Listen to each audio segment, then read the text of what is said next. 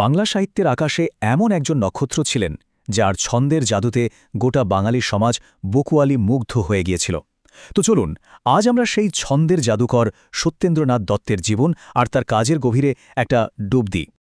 বাংলা সাহিত্যের বিশাল ইতিহাসে একজন কবি পরিচিত ছন্দের জাদুকর নামে। ভাবুন একবার, কি অসাধারণ একটা উপাধি।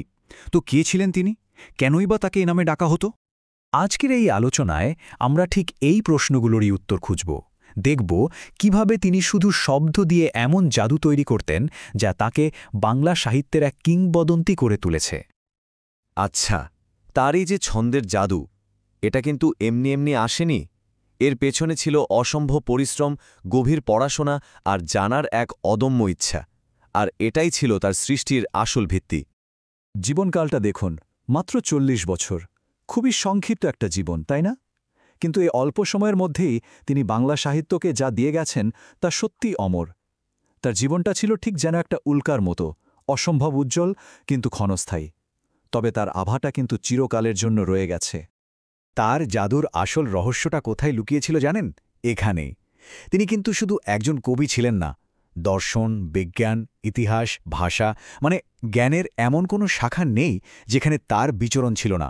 আর এই বিশাল জ্ঞানই তার কবিতাকে একটা একদম অন্য মাত্রা দিয়েছিল। তো তার জ্ঞানের ভাণ্ডার যেমন বিশাল ছিল, তেমনি ছন্দ তৈরির কৌশলটাও ছিল অসাধারণ। আর এই কৌশলটা তিনি আয়ত্ত করেছিলেন কিভাবে? বিশ্ব সাহিত্যের বিশাল জগতে ঘুরে বেড়ানোর মাধ্যমে। মানে তার অনুবাদগুলো ছিল এই যাত্রারই একটা খুব গুরুত্বপূর্ণ অংশ। একবার ভাবা যায়, নিজের লেখার টেবিলে বসেই তিনি যেন পুরো বিশ্বটা ঘুরে বেরিয়েছেন। অনুবাদের মধ্য দিয়ে তিনি শুধু অন্য ভাষার শব্দ আনেননি, এনেছিলেন সেই সংস্কৃতির ছন্দ, তার সুর, তার আত্মাকে, সবটা বাংলায় ধারণ করেছিলেন। তার ভাষার উপর দখলটা ছিল সত্যিই অবিশ্বাস্য। আরবি, ফার্সি, চীনা, জাপানি, ইংরেজি, ফরাসি, ভাবা যায় কত ভিন্ন ভিন্ন ভাষার সেরা লেখাগুলোকে তিনি বাংলাভাষীদের জন্য সহজ করে তুলেছিলেন। আর ঠিক এই কারণেই তিনি ছন্দের নানা রকম ফের নিয়ে পরীক্ষা নিরীক্ষা করার অমন স্বাধীনতা পেয়েছিলেন। দেখুন, তার অনুবাদগুলো কিন্তু শুধু এক ভাষা থেকে আরেক ভাষায় বদলানো ছিল না।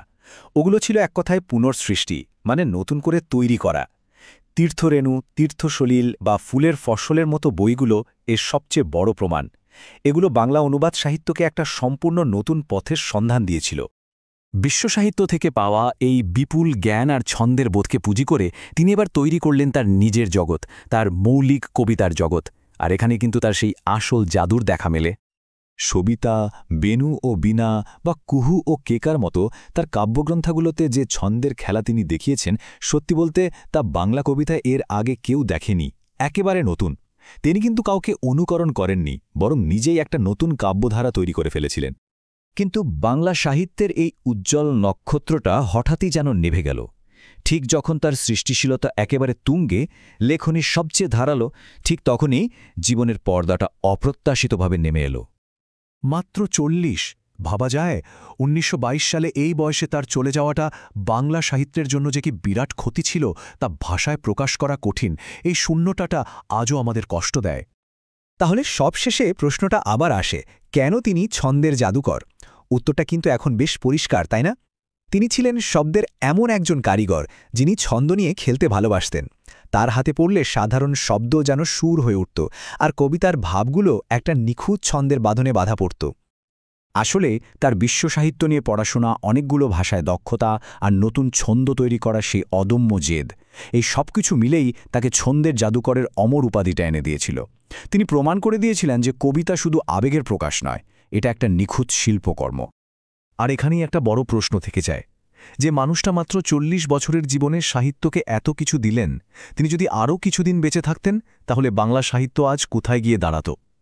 এর উত্তরটা হয়তো আমরা কোনোদিনই পাব না। কিন্তু তার রেখে যাওয়া সৃষ্টি, সেটা আমাদের চিরকাল পথ দেখিয়ে যাবে।